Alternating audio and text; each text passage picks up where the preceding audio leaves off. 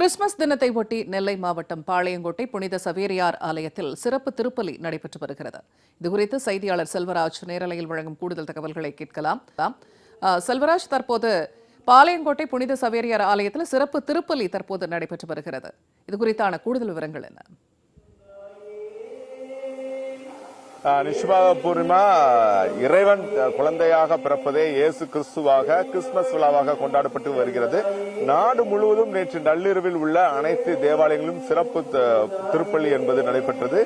இதில் மிகவும் முக்கியமாக குறிப்பாக தென் மாவட்டங்களில் ஒரு மிகப்பெரிய ஆலயமாக இருக்கக்கூடியது பாளையங்கோட்டை தெற்கு பஞ்சாரில் உள்ள புனித சவேரியார் ஆலயம் என்பது ஆலயமாக உள்ளது. கிட்டத்தட்ட இது 50 ஆண்டுகளுக்கு மேலாக பழமையான ஆலயமாக உள்ளன. நேற்று நள்ளிரவில் திருப்பள்ளி என்பது என கிறிஸ்துமஸ் பண்டிகை ஒட்டி திருப்பள்ளி நடைபெற்றாலும் இன்று காலையில் சரியாக 8 மணியிலிருந்து இந்த சிறப்பு திருப்பள்ளி என்பது நடைபெற்றுக் கொண்டு வருகிறது. குறிப்பாக நேற்று வர முடியாத மக்களுக்காக இன்று காலையிலிருந்து இந்த திருப்பள்ளி என்பது நடைபெற்றுக் கொண்டு வருகின்றன. இந்த திருப்பதியில் திருநெல்வேலி மாநகராட்சி பகுதிக்கு மட்டுமில்லாமல் திருநெல்வேலி மாவட்டத்தின் பல்வேறு பகுதியிலிருந்தும் கிறிஸ்தவர்கள் நேரடியாக வந்து இந்த சிறப்பு திருப்பள்ளியில் கலந்து கொண்டுள்ளார்கள். தங்கள் குழந்தைகளை அழைத்துக் கொண்டு இங்கு வரும்போது அவர்கள் கிறிஸ்துமஸ் தாத்தா வேடமணிந்தும் பலர் தங்களுடைய குழந்தைகளை அழைத்துக் கொண்டு இங்கு வந்துள்ளார்கள். மேலும் இந்த திருப்பலியில் வந்து இந்த ஆண்டு முழுவதும் மிக அமைதியாகவும் நிலவப்பட வேண்டும்.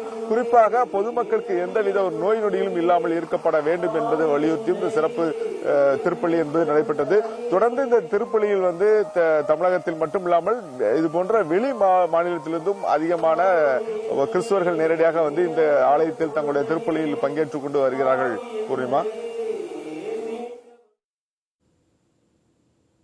நேரலை தகவல்களை வழங்கியமைக்க நன்றி செல்வராஜ்.